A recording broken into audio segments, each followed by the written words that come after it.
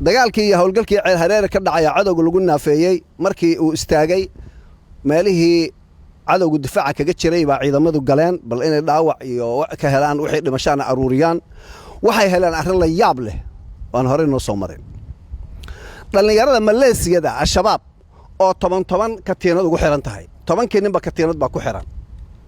xabaduna ku wada taalo qaarna bam bay ku dhinteen qaarna ciidanka toogtay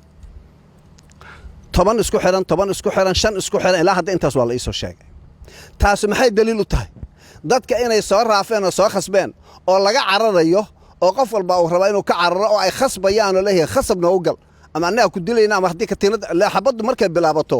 ninna khiyaar uma laha nin uu gaar u ilaaliyo wala fakan karaa waa mid hore ugu sheegnay dhalinyarada ka faa'iideysta marka dagaalku bilowma katiinada ku xirxireen arintaasi ii sheeg waxay ka dhacday ceel hareeri arintaasuna waxay noo sheegaysaa boqolka qof oo dhintay inaysan wada ahayn dadkii ayaga u wada shaqaynayay ee ay ku jiraan dhalinyaro xoolo dhaqatay iyo beeraleyska ah oo la soo raafay oo dagaalka lagu soo khasbay